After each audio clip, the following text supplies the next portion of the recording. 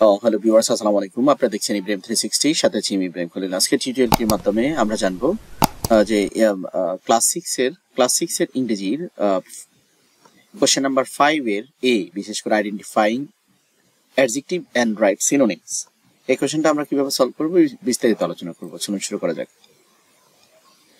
তো প্রথমে আমরা মূলত যেহেতু অ্যাডজেক্টিভ আইডেন্টিফাই করতে হবে, অ্যাডজেক্টিভ গুলো আমরা একটু চিনে নেই। অ্যাডজেক্টিভ গুলো কি? বিভিন্ন ধরনের অ্যাডজেক্টিভ রয়েছে ইংরেজি গ্রামারে। Adjective of number, quality, quantity, quality, proper adjective, demonstrative adjective, possessive adjective, interrogative adjective, আরো ডিগ্রি রয়েছে। এগুলো মূলত জানলে আমাদের চলবে। যাই হোক, এরপরে আমাদের এখানে আমরা দেখতে পাচ্ছি যে ডেসক্রিপটিভ অ্যাডজেক্টিভ কোনগুলো, যেগুলো সাধারণত কোনো ক্যারেক্টারিস্টিক্স বা কোনো কোয়ালিটি অফ নাউন প্রকাশ করে। বিশেষ করে টল, ব্লু, বিউটিফুল, এগুলো হচ্ছে অ্যাডজেক্টিভ। তো ডেমনস্ট্রেটিভ অ্যাডজেক্টিভ কোনগুলো? দিস, দ্যাট, দিস, দোজ, এগুলো demonstrative adjective. Possessive adjective pronoun থেকে আসছে, কিছু আছে পসেসিভ অ্যাডজেক্টিভ, যেমন my, our, your, its, our, their, এগুলো পসেসিভ। তারপরে কোয়ান্টিটি বুঝাইতে many, much, more, little. Number বুঝাইতে once, twice, third, second. Interrogative adjective বুঝাইতে হুইচ, হোয়াট, হুজ।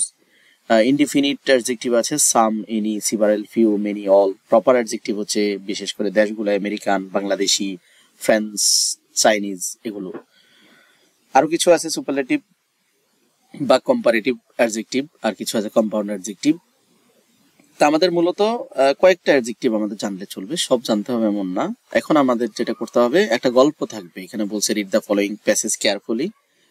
প্যাসেজটা পড়ো এন্ড আইডেন্টিফাই দ্য 5 অ্যাডজেক্টিভ, 5টা অ্যাডজেক্টিভ খুঁজে বের করো। ইন দ্য নেক্সট, পরবর্তীতে ইন দ্য টেক্সট থেকে, and write their synonym in the table provided below.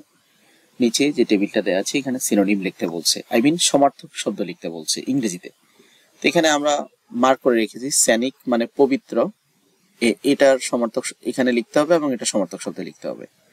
তারপর এখানে আছে excellent, natural, blue, evergreen, unique, তারপরে অ্যাট্রাকটিভ, এগুলো হচ্ছে অ্যাডজেক্টিভ। তো অ্যাডজেক্টিভ আমরা কিভাবে চিনবো?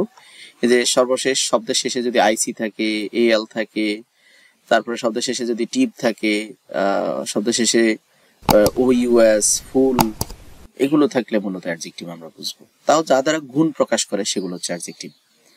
তো এখানে উত্তরটা এরকম হতে পারে, যেমন এখানে আমরা দেখতে পাচ্ছি রেয়ার আছে, রেয়ারও কিন্তু অ্যাডজেক্টিভ। তো রেয়ার এটা ইউনিক বা আনকমন, এটা সমার্থক শব্দ। তো যে কোনোটা লিখলে হবে। আরো অনেক শব্দ আছে, তার মধ্যে যে কোনোটা লিখলে চলবে। সেনিক মানে পবিত্র, অ্যাট্রাকটিভ, প্লেজিং বা লাভলি, যে কোনোটা লিখলে হবে।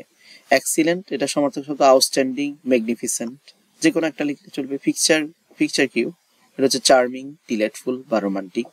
তারপর আছে ন্যাচারাল, এটা হচ্ছে ইনহেরেন্ট অথবা ইনেট। তো এখানে আরো কিন্তু অ্যাডজেক্টিভ রয়েছে, যেমন এখানে আমরা দেখতে পাচ্ছি স্যান্ডি, স্যান্ডি রয়েছে, ব্লু, তারপরে shimmering, evergreen, unique, attractive, long, wide, এগুলো সমর্থক শব্দ। আমরা অনেকগুলো অ্যাডজেক্টিভ থাকবে, তার মধ্যে যে কোনো 5টা করলেই আমাদের চলবে।